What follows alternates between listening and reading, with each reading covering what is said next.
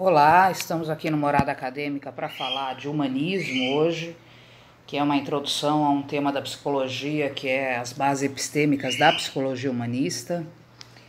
Humanismo que não é um movimento simplório de se explicar, porque há uma multiplicidade, não é, de prismas e conceitos e movimentos em torno dessa questão.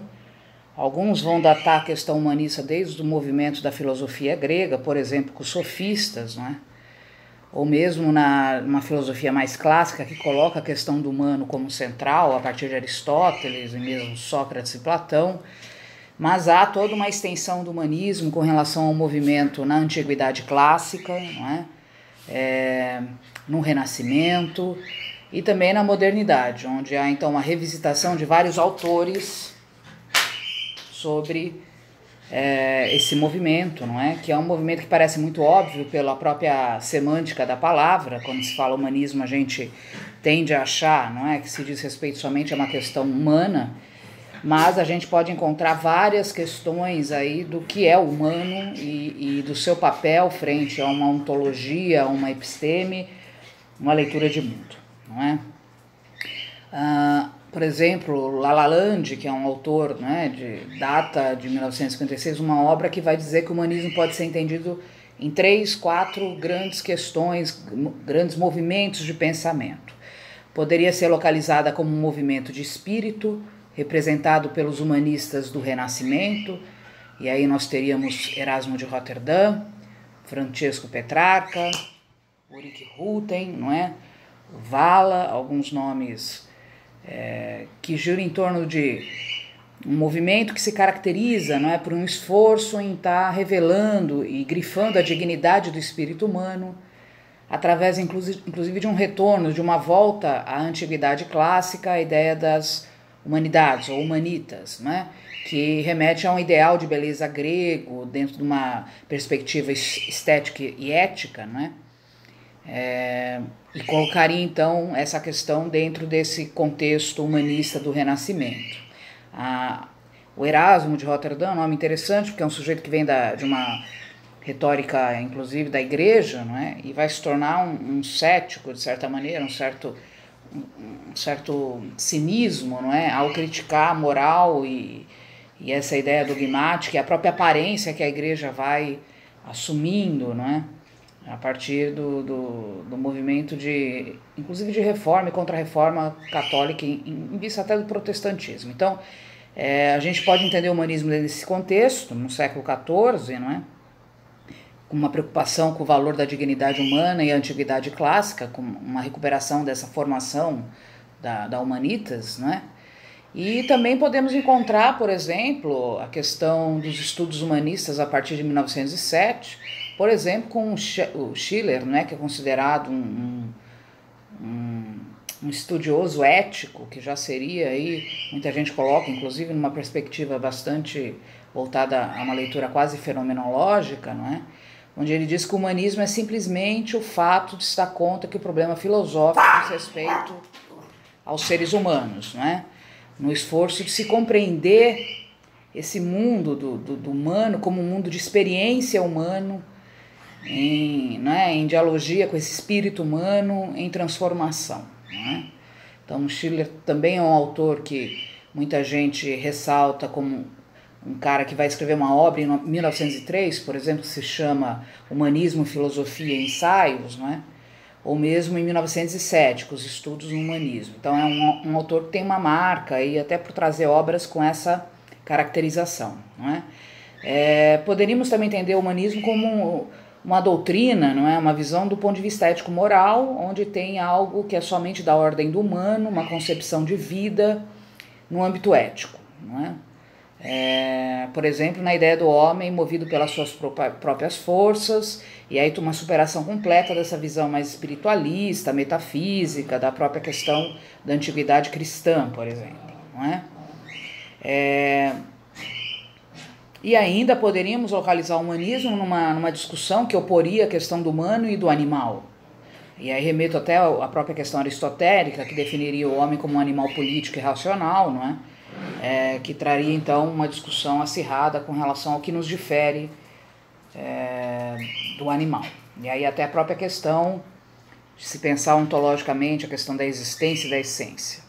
Temos também o próprio Sartre, não é, que vai ter um texto importante, que é o Existencialismo e o Humanismo, que vai colocar o humanismo numa perspectiva muito mais abrangente, como qualquer coisa que diz respeito ao mundo do humano, né? Não como algo essencialista, mas como a existência humana. Ou mesmo uma crítica acirrada ao humanismo, por exemplo, na obra de Heidegger, né? Onde, por exemplo, uma resposta a Sartre em Carta sobre o Humanismo, ele desconstrói essa ideia do humanismo porque isso remeteria a uma visão fechada, ontológica, essencialista, quase metafísica sobre o que seria humano. Temos no dicionário de filosofia do Abagnale, que é um filósofo importante, que tem um dicionário bastante refinado, que diz que o humanismo poderia ter duas conotações, né? Como um movimento literário filosófico, com origem na Itália renascentista, na segunda metade do século XIV, que já me referi aqui, referendando até a Antiguidade Clássica, ou com qualquer outro movimento filosófico que se considera como fundamento a natureza humana, os seus limites, seus interesses, ou seja, o homem como medida de todas as coisas, né? Então, o Abagnale também traz aí uma duplicidade ao definir a questão do humanismo, não é? Quer dizer, pensando numa perspectiva inclusive estético, pensando numa questão de um movimento literário, filosófico, há vários nomes que poderiam ser citados, não é? Francesco Petrarca, Lorenzo Valla, Manetti, Charles Bouville, e eu citaria um que, no meu entender, é muito importante para a história da filosofia, que é o Michel de Montaigne, não é? Que nasce em 1533 e falece em 1592, que está nesse escopo cartesiano, não é?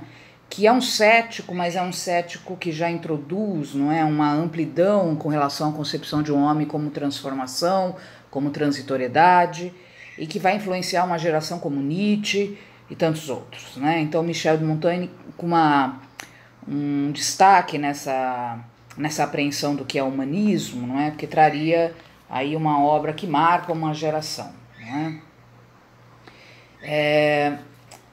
O humanismo, então, apresenta como assuntos fundamentais a totalidade do homem, e aí há versões sobre a questão do homem como corpo e alma, ou corpo ou só alma, ou de certa maneira, uma dicotomização e um confronto entre essas duas dimensões, não é?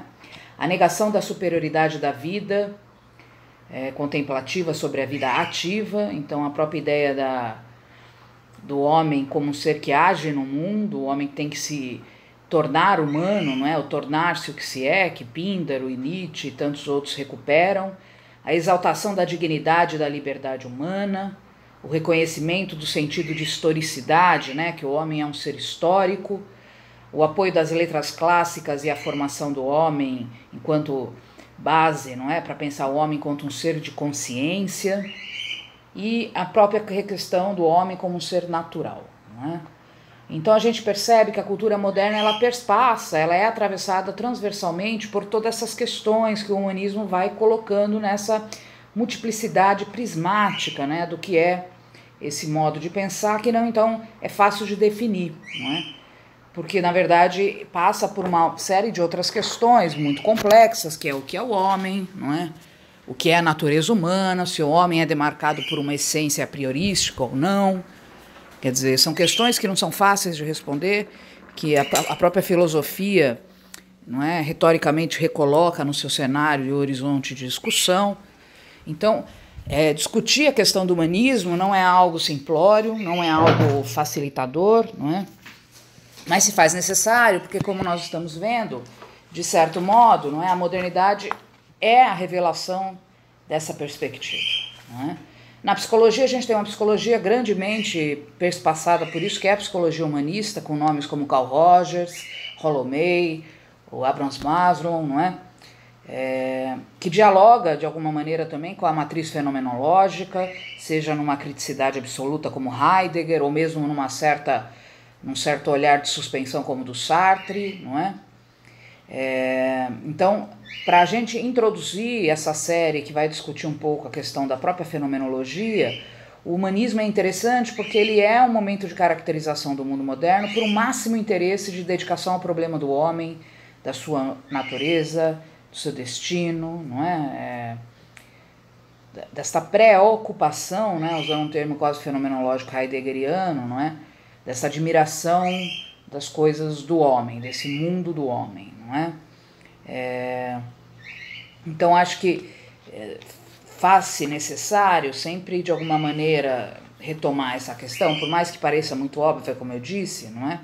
Porque ela se deve a ela talvez boa parte da construção do pensamento ocidental e também pela própria questão que está muitas vezes referendada à própria história do cristianismo, né? Quer dizer, uma tendência, muitas vezes, alguns autores cristãos também recorrerem a este programa humanista, não é? Nas suas preocupações, não é? Nas suas retóricas, tá certo?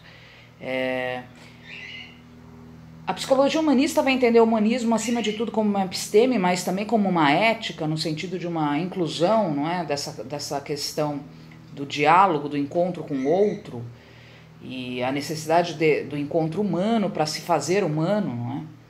No sentido de cada um acaba sendo responsável, então, um pouco pela vida do outro, pelo próprio desenvolvimento psicossocial do outro. Então, a questão do humanismo na psicologia humanista, não é? Ela é fundamental porque está na episteme, mas está também como uma ética, não é? Na concepção ontológica, o humanismo perspassando a própria questão do prosopon, que também trabalha com a ideia da pessoa, não é? Com P maiúsculo, que é algo que está, inclusive, na obra do Rogers, como uma questão bastante central. Aliás, a terapia centrada na pessoa, né? Leva esse nome. Então, hoje a gente mobilizou um pouco o Morada Acadêmica para discutir essa questão do humanismo, que acredito ser, não é, uma questão central para discutir, primeiro, o cerne da questão do pensamento ocidental, mas, acima de tudo, também a base epistêmica de um projeto considerado importante no século XX, início do século XXI, que é a psicologia humanista, tá bom? Eu espero tenha ajudado vocês e a gente deixa aí esse vídeo, post, como contribuição para depois desenvolvermos outras questões. Uma boa semana a todos.